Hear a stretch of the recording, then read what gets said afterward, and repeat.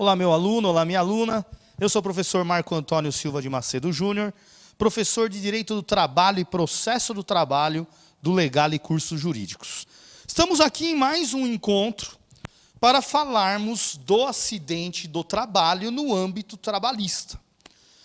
No nosso encontro anterior, nós falamos da estabilidade do acidente do trabalho no acidente típico. Estão lembrados que nós vimos no encontro anterior? Vamos relembrar, colocando aqui na lousa o tema da aula, acidente do trabalho. E aí no encontro anterior, falamos do acidente do trabalho típico, onde o empregado se acidenta mesmo, nas dependências da empresa, teve aquele acidente que ele se machucou.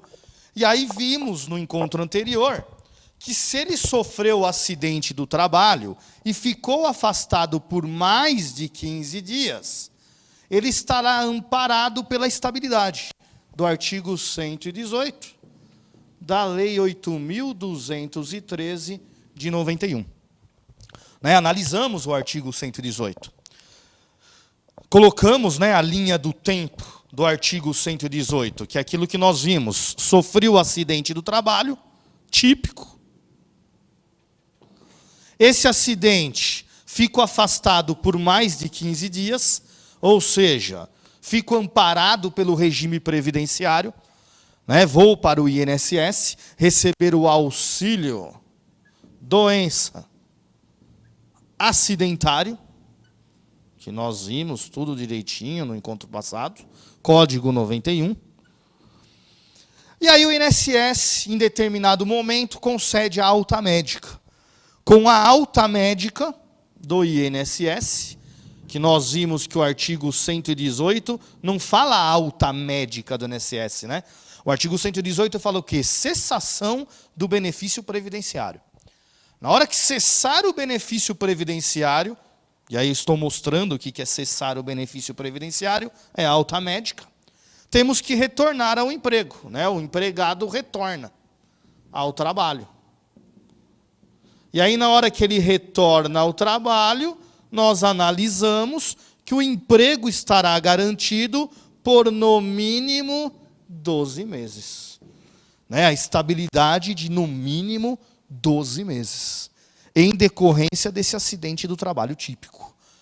A empresa só pode demitir sem justa causa depois que acabar a estabilidade.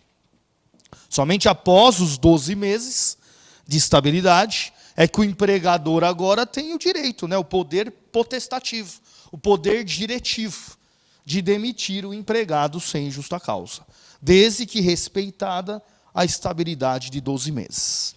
E aí falei para vocês no encontro anterior que qual é a próxima situação importante, que é o que nós vamos analisar na aula de hoje.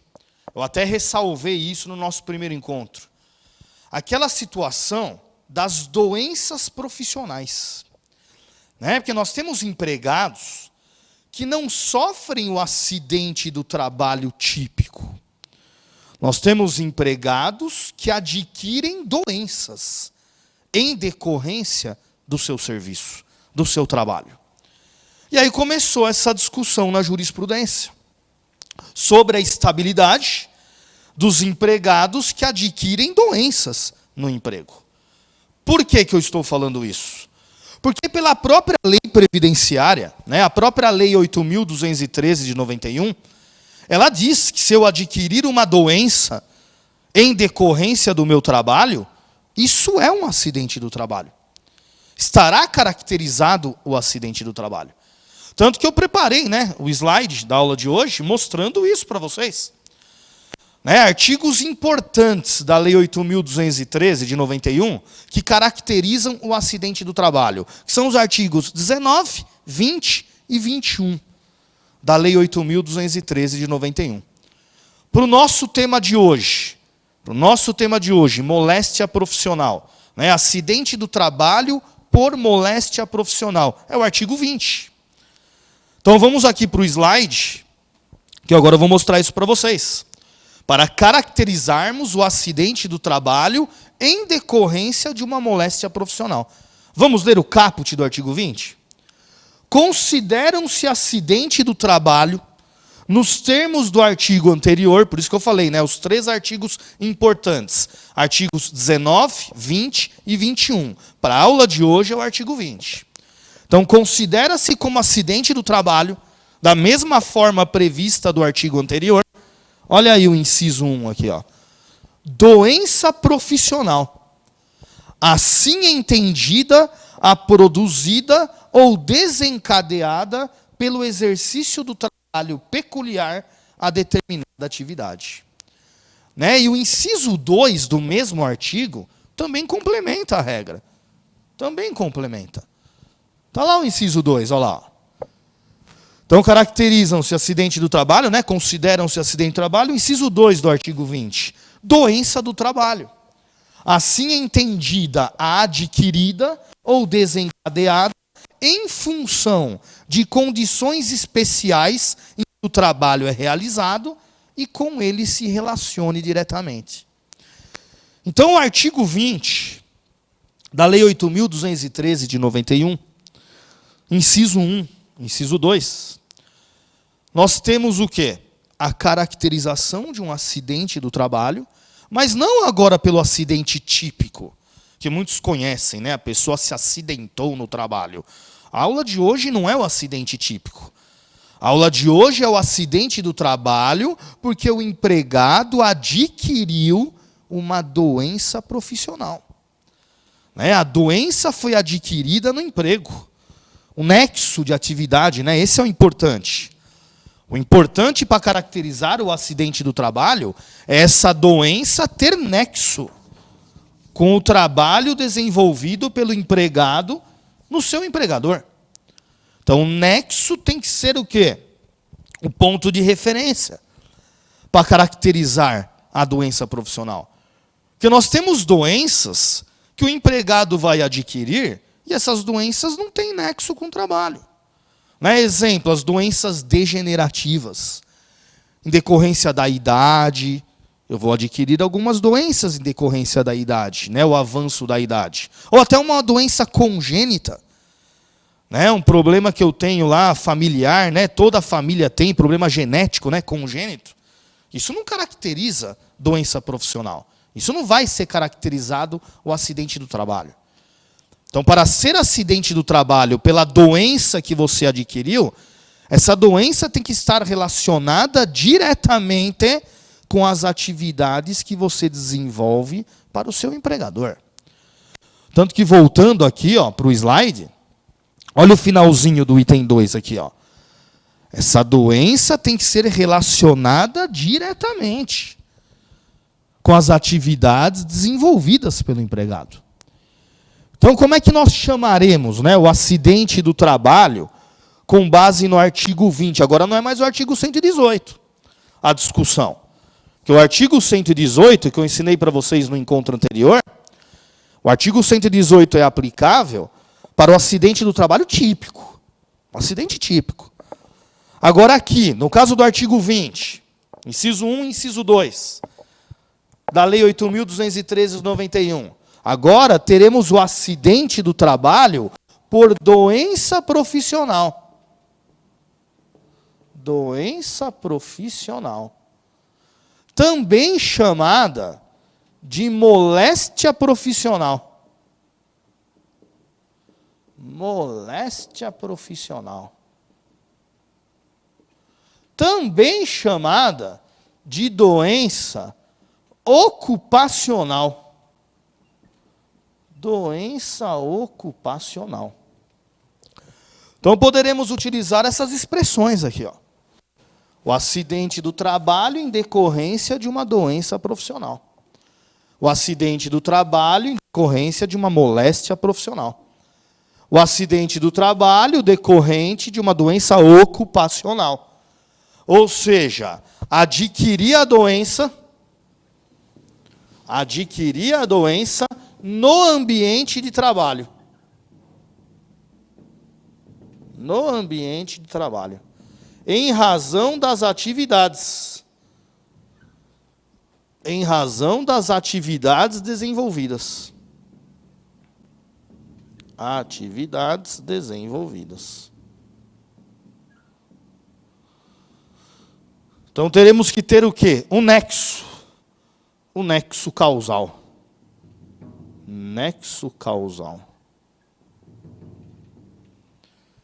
Então, o nexo causal entre a doença e o ambiente de trabalho pelas tarefas que você desenvolve, né? As atividades desenvolvidas pelo empregado no ambiente de trabalho. Isso desencadeou, né, ou produziu a doença. A doença, que é chamada doença profissional.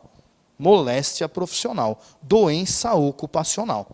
Né? E aí os exemplos clássicos. Né? Os empregados que adquirem redução da capacidade, né, auditiva, né? Redução da audição, por quê? Porque trabalham em ambientes com muito barulho. O empregado que trabalha num ambiente com muito ruído, muito barulho, ele vai adquirir uma doença. Né? Ele vai ter a redução da sua audição, que é uma doença com um nome estranho, né? Desacusia neurosensorial bilateral. Que se você está exposto ao ruído acima do limite de tolerância, os dois ouvidos, né, ao mesmo tempo, serão agredidos pelo ambiente de trabalho. E aí você vai adquirir a doença. A desacusia neurosensorial bilateral. E aí você vai ter a redução da sua audição. Redução da capacidade laborativa. Outro exemplo clássico, os empregados que trabalham com movimentos repetitivos, né, na função de digitação ou serviço braçal mesmo. O exemplo clássico, né, que eu sempre falo nas aulas, eu sou do ABC Paulista, né, os metalúrgicos do ABC. Hoje, muitas empresas, né, as montadoras de grande porte, hoje o maquinário é tudo robotizado. Mas antigamente era tudo braçal. O serviço era braçal. E algumas metalúrgicas ainda hoje de pequeno porte, né, as empresas pequenas que não têm condições de comprar um equipamento de grande porte, o serviço é braçal. E aí o empregado, de tanto realizar os movimentos repetitivos, o esforço repetitivo, vai acarretar a doença profissional. Né? Se é uma função que você desenvolve com a força, né, do braço, você começa com a doença no punho, né? De tanto fazer o esforço repetitivo, a força no punho vai dar primeiro o quê? A síndrome do túnel do carpo. E aí a doença vai se agravando, se você continuar exercendo essas atividades. Os movimentos repetitivos no seu ambiente de trabalho. Então a síndrome do túnel do carpo, depois ela evolui, né? Ela vai se agravando para uma tendinite, epicondilite, chega até uma bursite. E aí, no estágio máximo da doença, né, a bursite no grau máximo, o empregado não consegue nem segurar esse pincel aqui, ó. Não tem força no braço. Né, perde o membro superior, em virtude da doença profissional. Então, isso é caracterizado como acidente do trabalho. Está aqui o artigo 20 da Lei 8.213. Esse empregado foi acometido pelo acidente do trabalho. Só que agora é um acidente do trabalho diferenciado. Não é aquele acidente do trabalho clássico, né? O acidente típico. Aqui é um acidente em decorrência da doença adquirida no ambiente do trabalho, porque a doença tem um nexo com as atividades desenvolvidas pelo empregado. E aí a discussão que surgiu. Esse empregado tem direito à estabilidade de 12 meses também? Lá do artigo 118, que nós estudamos no encontro passado. Artigo 118 da Lei 8.213 de 91. Será que ele tem direito à estabilidade? Porque esse assunto foi muito questionado em processo e na jurisprudência. A jurisprudência ficou controvertida. Por quê? Porque nós vimos no encontro passado quais são os requisitos que estão previstos no artigo 118 da lei para ter direito à estabilidade. Vamos relembrar, o que dizia o artigo 118? A linha do tempo. A linha do tempo ela é bem clara. Você tem o acidente do trabalho, o artigo 118 diz isso. Temos o acidente do trabalho, vou ter que ficar afastado pelo INSS, que nós reforçamos muito bem isso aqui no primeiro encontro, né, para ficar afastado pelo INSS, então o afastamento tem que ser maior que 15 dias. Mais de 15 dias de afastamento, em decorrência do acidente. E aí vou para o INSS receber o auxílio doença acidentário, código 91. Aí na hora da alta médica do INSS, eu estou com o meu emprego garantido por 12 meses. Estabilidade de no mínimo, né? 12 meses. O artigo 118 trouxe essa regra, para que o empregado tenha o direito à estabilidade de 12 meses. Esses são os requisitos da lei, do artigo 118.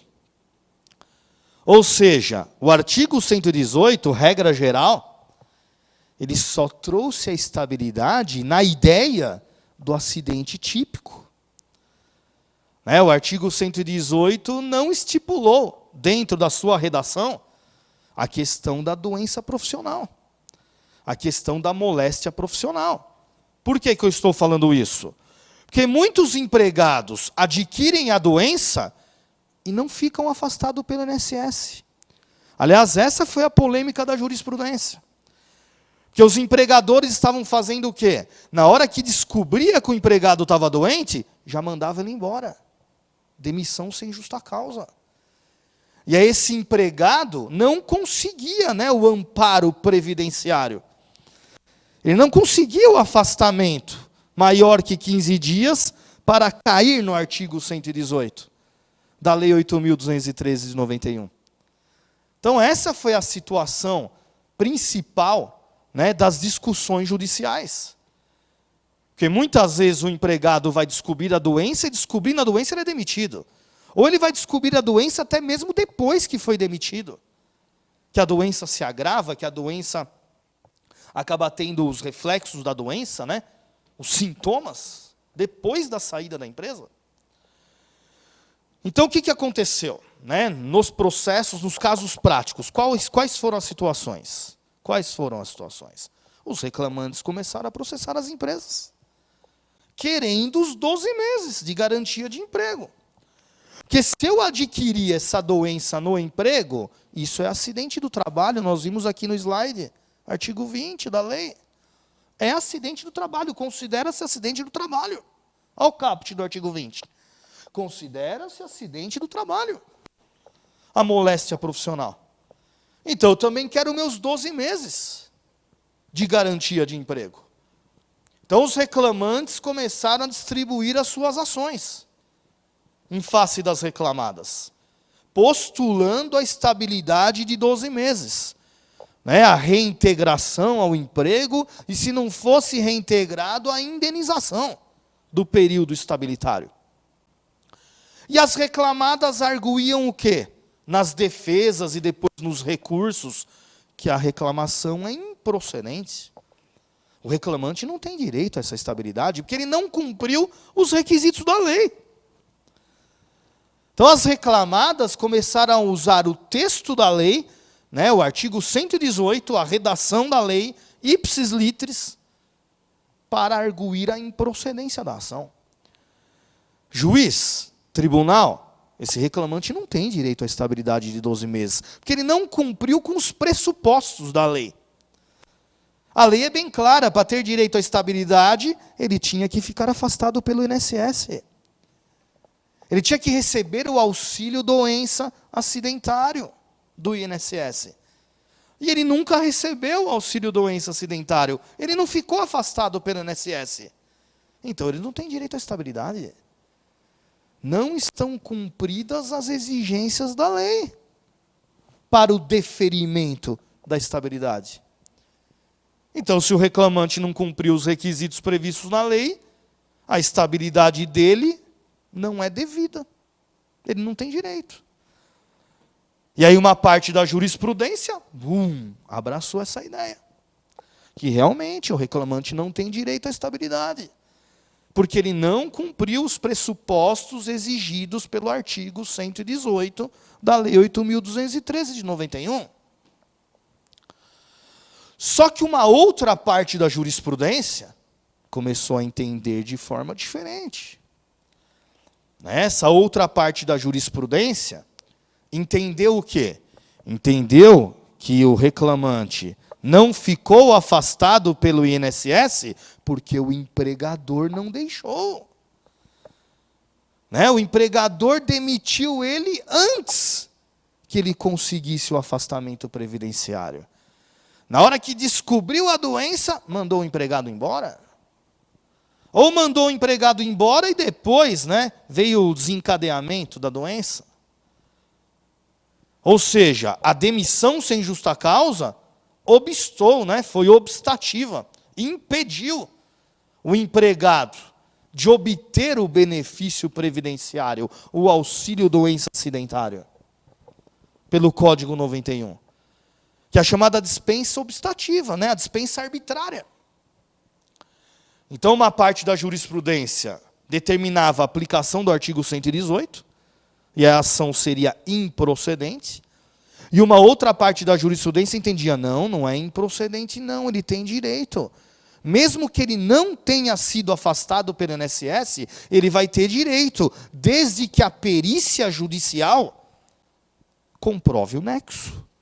Comprove o nexo causal entre a doença e a atividade desenvolvida pelo empregado. Se a perícia judicial, a perícia na Justiça do Trabalho, a perícia médica, constatar o nexo, ele tem direito à estabilidade de 12 meses. Mesmo que ele nunca tenha sido afastado pelo INSS. Por quê? Porque ele não conseguiu ficar afastado pelo INSS porque a empresa mandou embora. Vou dar um exemplo para vocês entenderem a discussão de uma forma mais prática.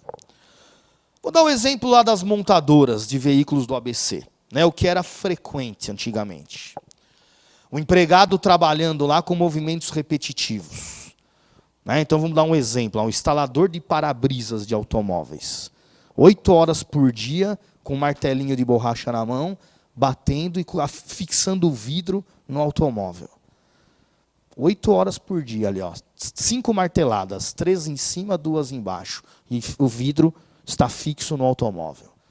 Você já pensou um empregado trabalhando todos os dias, 8 horas por dia? Ó o movimento do braço, acima do ombro. E o movimento repetitivo, os esforços repetitivos. Vai chegar uma hora que esse empregado vai começar a sentir uma dor no punho. Que é o que eu já falei para vocês, A manifestação da doença. LER, lesões por esforços repetitivos. E essa LER está caracterizada no punho com qual nome? Síndrome do túnel do carpo. Uma dor, esse empregado vai sofrer uma dor intensa no punho, no pulso, que ele não vai conseguir trabalhar, de tanta dor. E ele nunca ficou afastado pelo INSS, ele acabou de sentir a dor. Uma dor insuportável. E aí ele procura o quê? Um ortopedista. Vamos para o ortopedista para ver o que está acontecendo. Aí passa pela consulta médica do seu ortopedista, o ortopedista faz a análise do paciente, e aí o paciente já fala para o médico, que trabalha na montadora de veículos, com esforços repetitivos, 8 horas por dia, com martelinho de borracha, fazendo os esforços, com movimento acima dos ombros.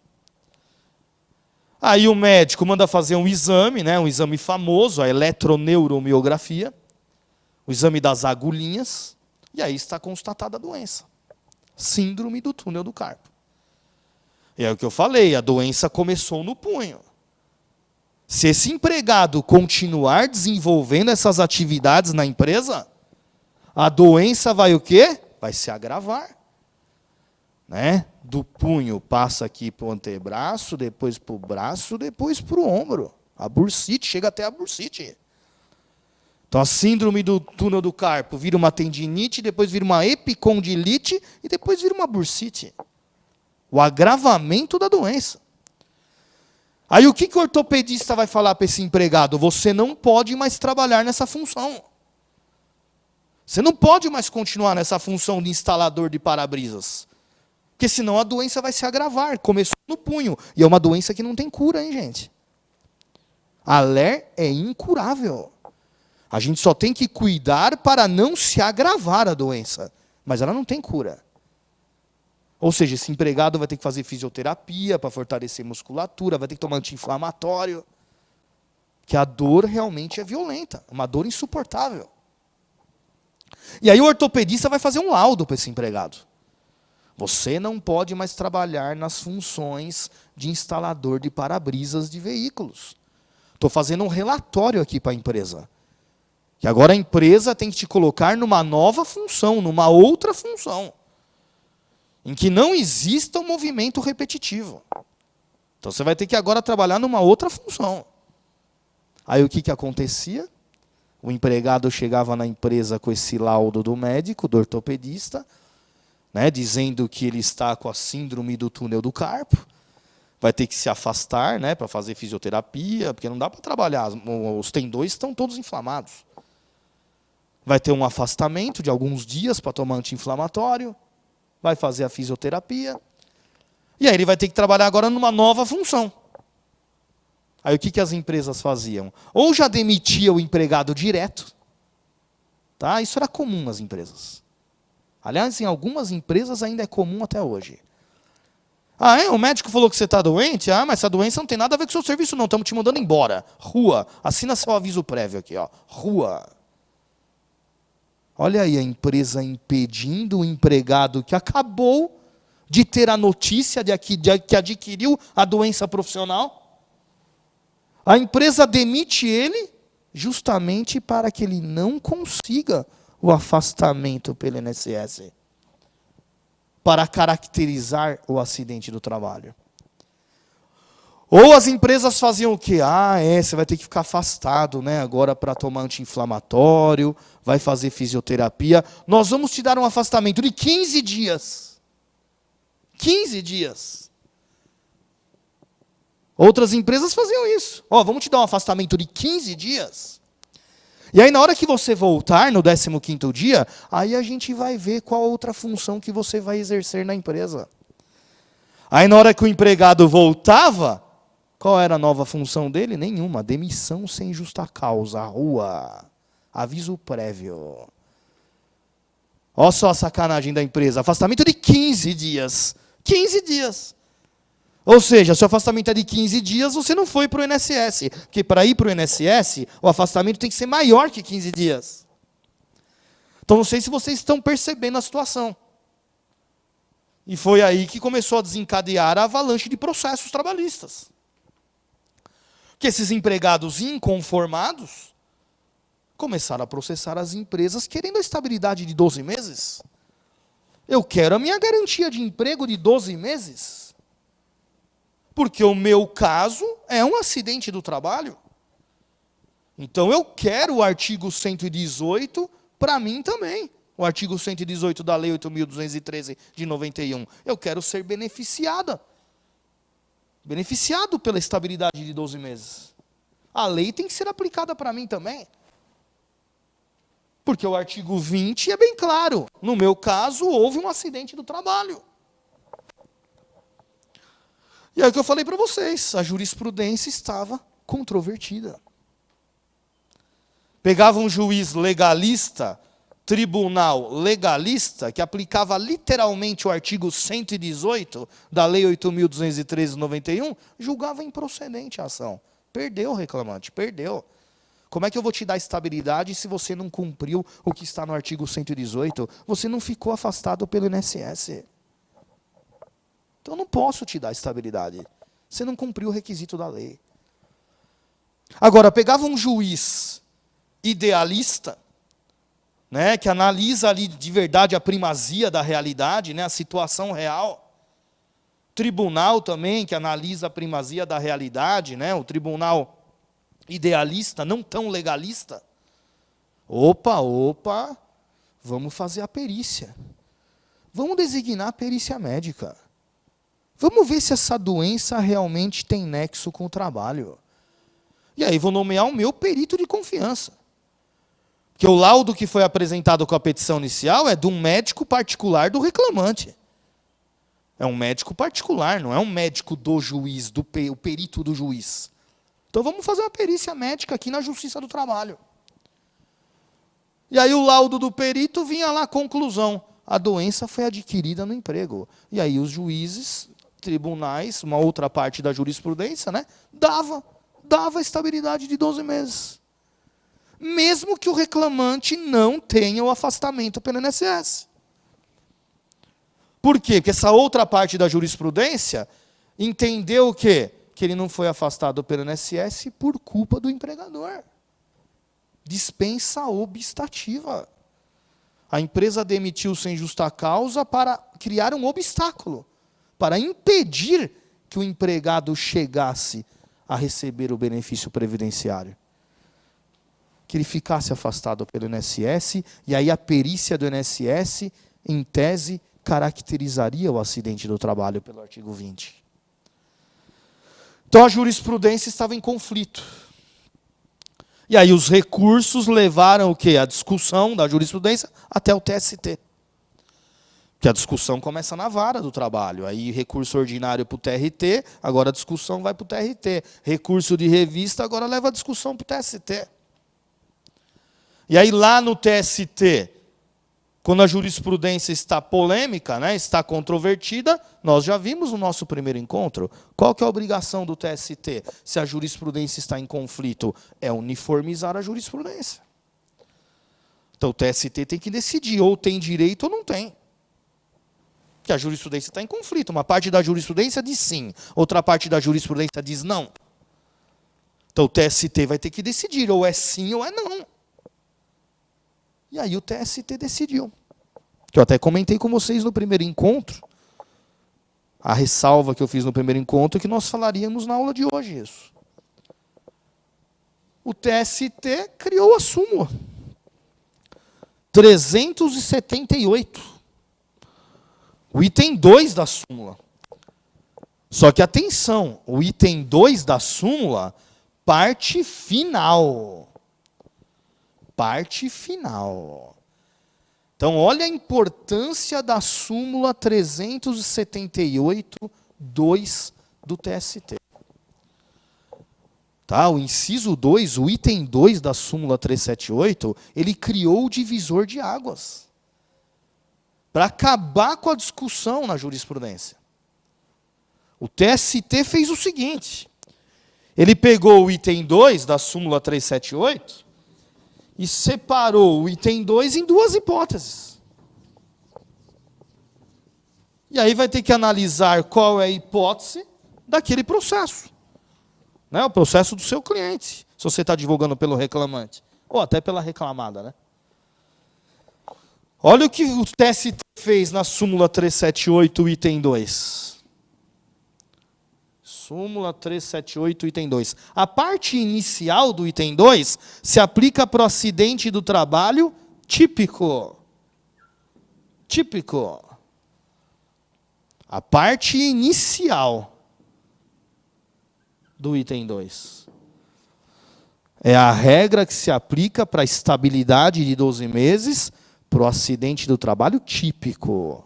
AT. AT típico. E a parte final do item 2, da súmula 378, é a regra que o TST criou para o acidente do trabalho decorrente da doença. Decorrente da doença. Então o TST criou a súmula 378, o item 2, dividindo em duas situações. O inciso 2. Então, primeira situação, nós avaliamos isso aqui, nós analisamos isso aqui no nosso primeiro encontro. Se é o caso de um acidente do trabalho típico, aí se aplica o artigo 118 da lei. No acidente típico é a regra do artigo 118, da Lei 8.213 de 91. Você só tem direito à estabilidade se ficar afastado pelo INSS. Está ali, ó. Vamos aqui para o slide, olha lá. São pressupostos, olha o início aqui do item 2. São pressupostos para a concessão da estabilidade o afastamento superior a 15 dias e a consequente percepção do auxílio-doença acidentário. É o que nós estudamos no primeiro encontro. Para ter direito à estabilidade pelo acidente típico, o afastamento tem que ser maior que 15 dias. Você tem que ficar afastado mais de 15 dias. Você tem que ter ido para o INSS. Recebido o auxílio-doença acidentário, Código 91. E aí o TST fez o quê agora? Aqui na súmula, vem comigo aqui no slide, pôs uma vírgula. Salvo. Então, olha só a importância do inciso 2 da súmula 378. Então, é pressuposto para você ter direito à estabilidade de 12 meses no acidente do trabalho, o afastamento maior de 15 dias e o recebimento do auxílio-doença acidentário, vírgula, salvo, ou seja, exceto, se constatada após a despedida doença profissional, que guarde relação de causalidade com a execução do contrato de emprego. Então, agora o TST fez o quê? Na parte final do item 2, trouxe os pressupostos para a estabilidade de 12 meses na doença profissional. E aí o TST decidiu que não precisa pelo INSS na doença profissional. O afastamento pelo INSS e o recebimento do auxílio-doença acidentário é só no acidente típico. Salvo, aí agora vem para cá, salvo no caso de uma doença. Onde agora você não precisa ter ficado afastado pelo INSS. Agora basta o quê? A perícia médica. No caso da doença, vamos fazer a perícia médica. E se na perícia ficou constatado um nexo de causalidade, nexo causal, entre a doença e a atividade desenvolvida pelo empregado, né, as tarefas dele na empresa, está caracterizada a estabilidade. Você ganhou a estabilidade de 12 meses. Agora, o que não dá para falar na aula de hoje, né, porque hoje é uma aula só dando explicações, né, iniciais do tema, por isso que eu falo, né, a pós-graduação é importante. Na nossa pós-graduação, a gente vai discutir em sala de aula, no caso prático, esses 12 meses serão a partir de quando? A partir de quando? Porque aqui a jurisprudência ainda não está pacífica, não. Vou ganhar esses 12 meses de estabilidade. A partir de quando? Da data da demissão ou da data da juntada do laudo do perito? Então, aí são as teses que nós ensinamos para os alunos na sala de aula, no curso de pós-graduação. Aí nós vamos discutir os casos práticos de verdade, como é que você vai botar a sua tese na petição inicial, como é que a reclamada vai botar a tese na contestação, caso seja procedente. Caso seja procedente, você tem que ver aquilo que vai trazer menos prejuízo para o seu cliente, se você advoga para a empresa. Então, a aula de hoje é para dar para vocês o que? A visão panorâmica. A visão panorâmica da estabilidade de 12 meses do acidente do trabalho. Então, qual é a visão panorâmica? Você tem que saber que nós temos duas modalidades de estabilidade de 12 meses pelo acidente do trabalho. Ou vai ser em decorrência do acidente típico, ou vai ser em decorrência da doença profissional. Que é o que o TST decidiu na súmula 378, item 2. Entenderam? Então, quando o cliente te procura no escritório, quem advoga para reclamante, você já tem que detectar se o seu cliente está na regra do acidente típico ou na regra da doença profissional. Tá? E o acidente típico, nós temos outras situações para o acidente típico. Tá? É que a nossa aula é uma aula rápida só para dar visão panorâmica. A pós-graduação, em cursos de extensão, a gente mostra direitinho, né, todas as hipóteses de acidente típico. O acidente de trajeto é um acidente típico também. Trajeto da casa para o serviço e voltando do serviço para casa. Se eu me acidentar no trajeto, é um acidente típico. Se eu me acidento na hora do meu intervalo para a refeição. Então, eu estou dentro da minha jornada de trabalho, só que eu tenho 1 hora de refeição. que a minha jornada é maior que 6 horas por dia. Aí na hora do almoço eu saio na rua para comer num restaurante. Sou atropelado. Fui atropelado no meio da rua por um ônibus. Fui parar no hospital. Fiquei 30 dias no hospital, internado. É acidente do trabalho, típico. Só que agora não me acidentei dentro da empresa, me acidentei no horário do intervalo para a refeição. É acidente do trabalho típico. Tá? Então, nessa aula que eu estou dando para vocês, a visão panorâmica, é para você perceber que nós temos as duas situações, o acidente típico e o acidente decorrente da moléstia profissional, da doença profissional. Para o acidente típico, como é que você vai ter direito à estabilidade? Se ficar afastado por mais de 15 dias. Tem que ficar afastado pelo INSS. Porque se não ficou afastado por mais de 15 dias, você não ganha a estabilidade de 12 meses. Agora, e se eu adquirir uma doença no emprego? Para eu ter direito à estabilidade, eu tenho que ter sido afastado pelo INSS? Não, não precisa. Você vai entrar com a ação, na petição inicial, você vai falar que você adquiriu uma doença no emprego, que essa doença foi adquirida no emprego, é acidente do trabalho, artigo 20 da Lei 8.213/91, e aí vamos requerer a perícia médica. Perícia médica, súmula 3782, parte final. Vamos para a perícia. Se o laudo do perito caracterizar o nexo da doença com o trabalho, ganhamos a estabilidade. Aí não precisa do afastamento pelo INSS, no caso de doença profissional. Beleza, turminha? Aí no nosso próximo encontro, o que nós estudaremos no próximo encontro? A indenização pela responsabilidade civil do acidente do trabalho. Porque nesses 2 primeiros encontros, nós analisamos o quê? A estabilidade. A estabilidade no emprego, a garantia do seu emprego em razão do acidente do trabalho. A garantia do seu emprego por 12 meses. Agora, no próximo encontro, nós vamos analisar o quê? E se eu fiquei com sequelas desse acidente? Que no caso da doença profissional, né, está claro, né? Você adquiriu a doença no emprego, você está com sequelas, né? Você está com redução da capacidade laborativa. E no acidente típico? Também, né? Posso ter a redução da capacidade laborativa se eu ficar com sequelas. Então agora eu quero receber uma indenização. Uma indenização da empresa.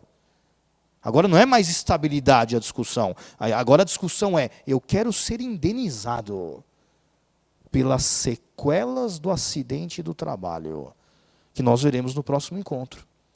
Os danos materiais, os danos morais e até mesmo os danos estéticos que o empregado pode ter sofrido com